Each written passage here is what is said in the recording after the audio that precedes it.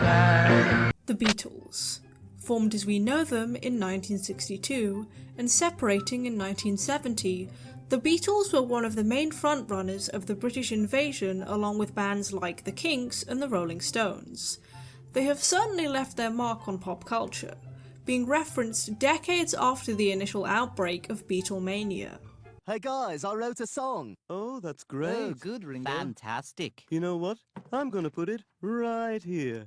Right on the refrigerator. The Beatles are still an extremely popular band to this day, and according to bestsellingalbums.org, they have sold 147,615,000 albums in the US alone. Their top 3 highest selling albums being the compilation album One from 2000, Sgt. Pepper's Lonely Hearts Club Band from 1967, and Abbey Road from 1969. Such a culturally significant band was inevitably going to be parodied at some point, and the perfect duo to do so came along and released a mockumentary doing so, almost a decade after the band split up. Ouch! You're breaking my heart. Ouch! I'm falling apart. Ouch! Ow, ow, ouch!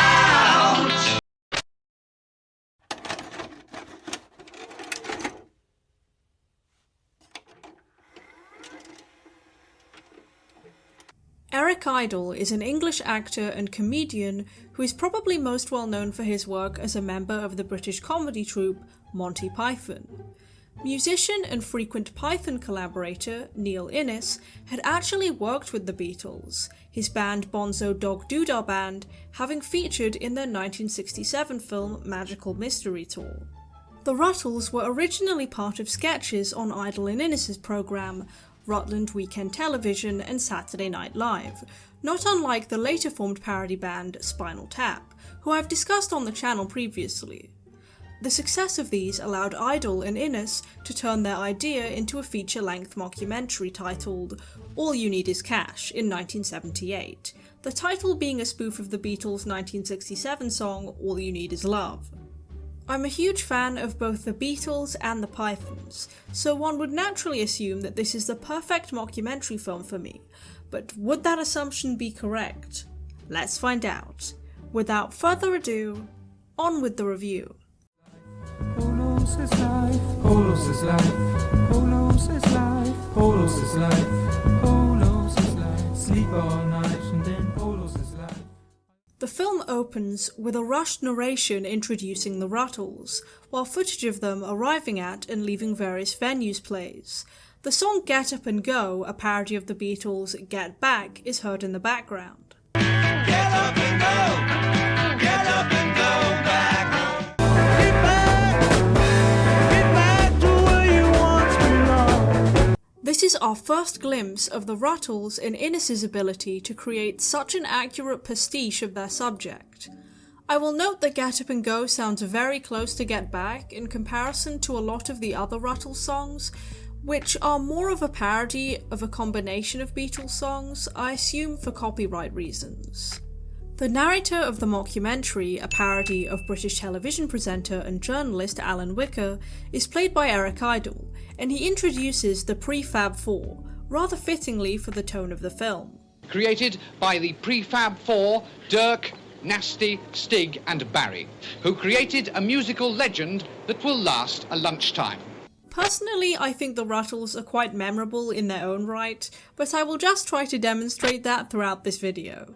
The members of the Rutles are as follows: Ron Nasty, a parody of John Lennon portrayed by Neil Innes, Dirk McQuickley, a parody of Paul McCartney played by Eric Idle, Stig O'Hara, a parody of George Harrison portrayed by Ricky Fataar, and Barrington Barry Womble, a parody of Ringo Starr played by John Halsey. A fun fact about Ricky Fataar is that sometime before starring in this film, he performed with the Beach Boys, and also worked with them later on. Anyways, the narrator has a hard time finishing his introduction, as the camera crew don't really seem to be on his side. And we shall also be asking some of the people who worked with them whether they were really the sort of lovable people they were made out to be. We shall be asking many people who knew them. It's silly moments like this that make this movie and movies like it so enjoyable, and thankfully there will be more to come. A montage of the Rutles' most significant moments play, and I really urge you to check out the full versions of their songs yourself.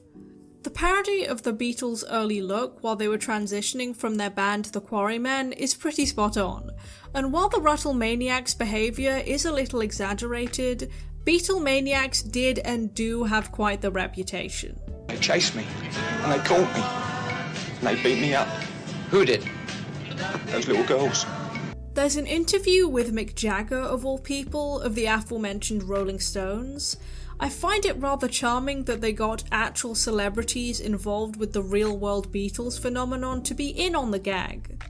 Some Rutles interviews play where they're being real jokers, something that the Beatles were known for doing back in the day. Do you feel better after seeing the Queen? No, you feel better after seeing the Doctor. Not my doctor, you don't. Yes, well, John, here is the American public. 40 million American viewers. Only looks like one man to me. Staring you right in the face. Ask the cameraman. When they go to America, we see a parody of disc jockey Murray the K, played by an appropriately named Bill Murray the K. After an interview with Paul Simon, we see the Rutles on The Ed Sullivan Show, and if you know anything about the Beatles, you'll know this was a huge deal for them. The city never has witnessed the excitement stirred by these youngsters from Liverpool who call themselves the Rutles. Now tonight, you're going to twice be entertained by them. I like how Sullivan is just lazily dubbed over for half a second as he's saying the Beatles. It's such a ridiculous edit that made me burst out laughing the first time that I watched this. We hear my favourite Rutles parody, Hold My Hand, a parody combining bits of the Beatles songs, I Want to Hold Your Hand, All My Loving, She Loves You, and 8 Days a Week.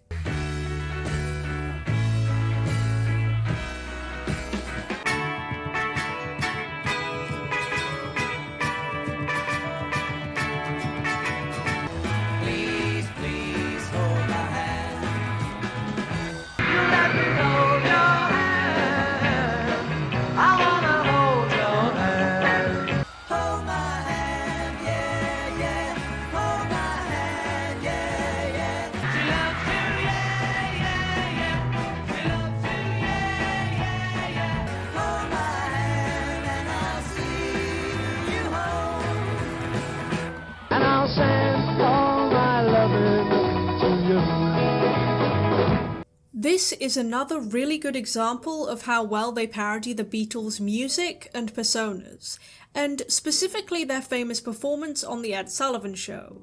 I would show more examples of this, but I don't want my video to get blocked anywhere.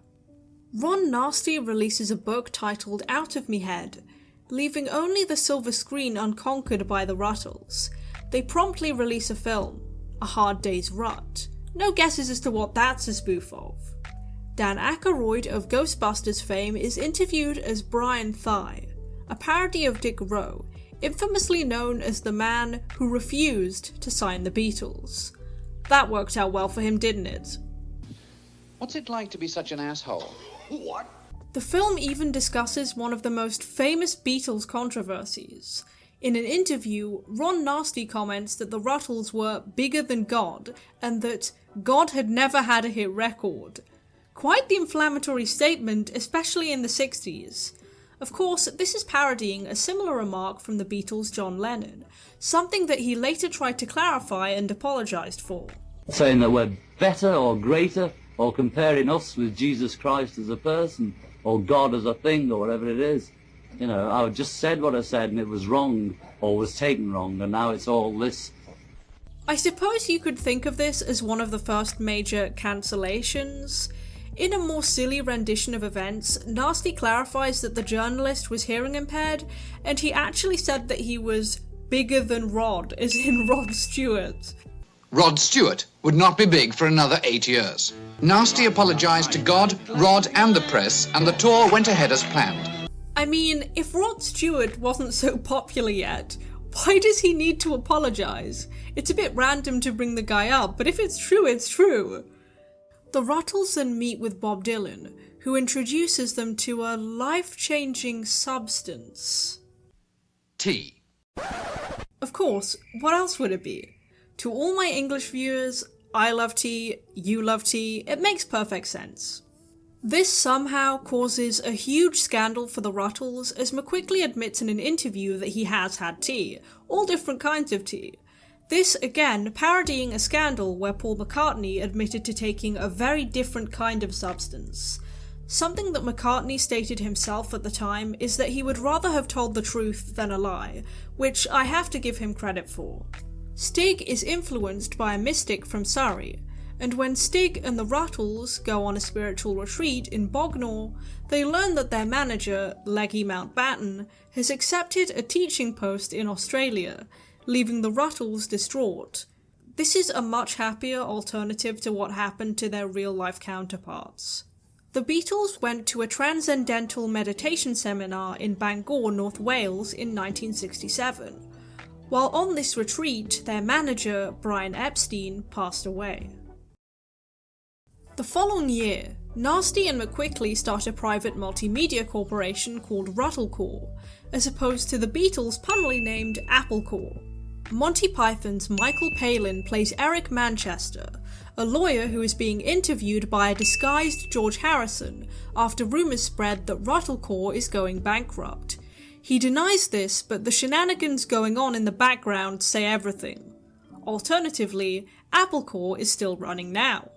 Next, we get a very bizarre parody of the songs A Day in the Life, Mind Games, Across the Universe, Sexy Sadie, and Imagine, titled Cheese and Onions, and it's accompanied by a Lennon-style animated music video, much like the Beatles' Yellow Submarine project.